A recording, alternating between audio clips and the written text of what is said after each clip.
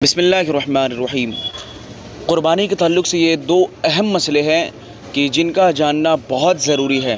ख़ुसूसी तौर पे वो लोग जो लोग शहर में रहते हैं या शहर में शिफ्ट हो गए हैं, पहले देहात में रहते थे, और वो लोग जो बिल्कुल आउट एरिया में रहते हैं जिसे देहात कहा जाता है या देहात में रहते हैं, तो दोनों लोगों के लिए मसला बहुत ज़रूरी है।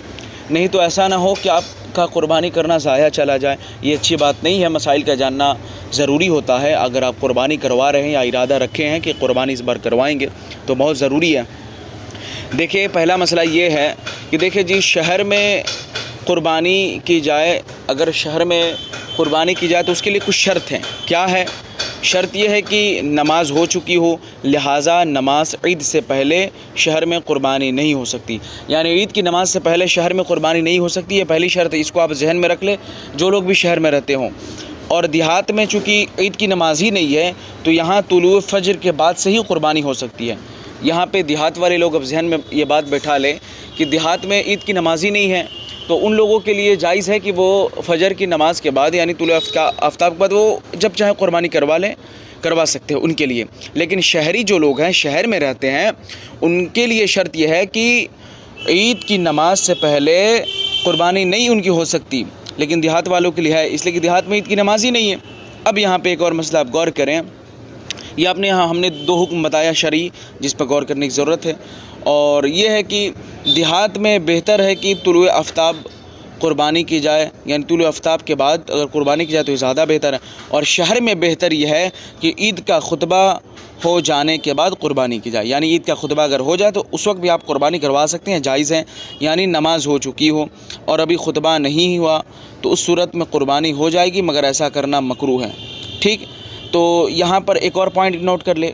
फॉर एग्ज़ाम्पल, मान लीजिए आप नमाज़ पढ़ने गए हैं या आपको ख़बर मिली कि ईद की नमाज़ हो गई लेकिन अभी खुतबा बाकी है, इसलिए कि जो बकरीद की नमाज़ होती है आपको मालूम होगा पहले नमाज़ होती है फिर बाद में खुतबा होता है। अगर नमाज़ हो गई, ये खुतबा नहीं हुआ है, अगर उसके बाद आप क़ुरबानी करवाते हैं या खुद कर लेते हैं या किसी का करते हैं तो क़ुरबानी तो हो जाएगी, लेकिन ऐसा करना मकरूह है।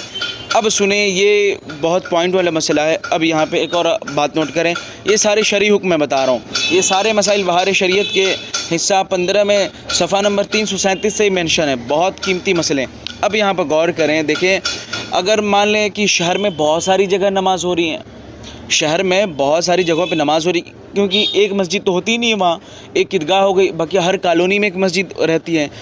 अगर शहर में मुतअद्दिद जगहों पे ईद की नमाज हो रही है तो क्या ये देखा जाएगा कि जिस इलाके में हम रह रहे हैं उस इलाके में नमाज हो या दूसरे कॉलोनी में नमाज होगी तो हम क़ुरबानी करवा सकते हैं? तो इसका हुक्म ये है कि शहर में मुतअद्दिद जगह पर अगर ईद की नमाज होती है तो पहली जगह नमाज हो चुके, यानी पहली जगह अगर नमाज हो गई तो उसके बाद क़ुरबानी करवा लो, क़ुरबानी जायज़ है। ये ज़रूरी नहीं है कि ईदगाह में जब नमाज़ ख़त्म हो जाए, ईदगाह में नमाज़ मुकम्मल हो जाए तभी आप क़ुरबानी करवाएं, ऐसा नहीं है।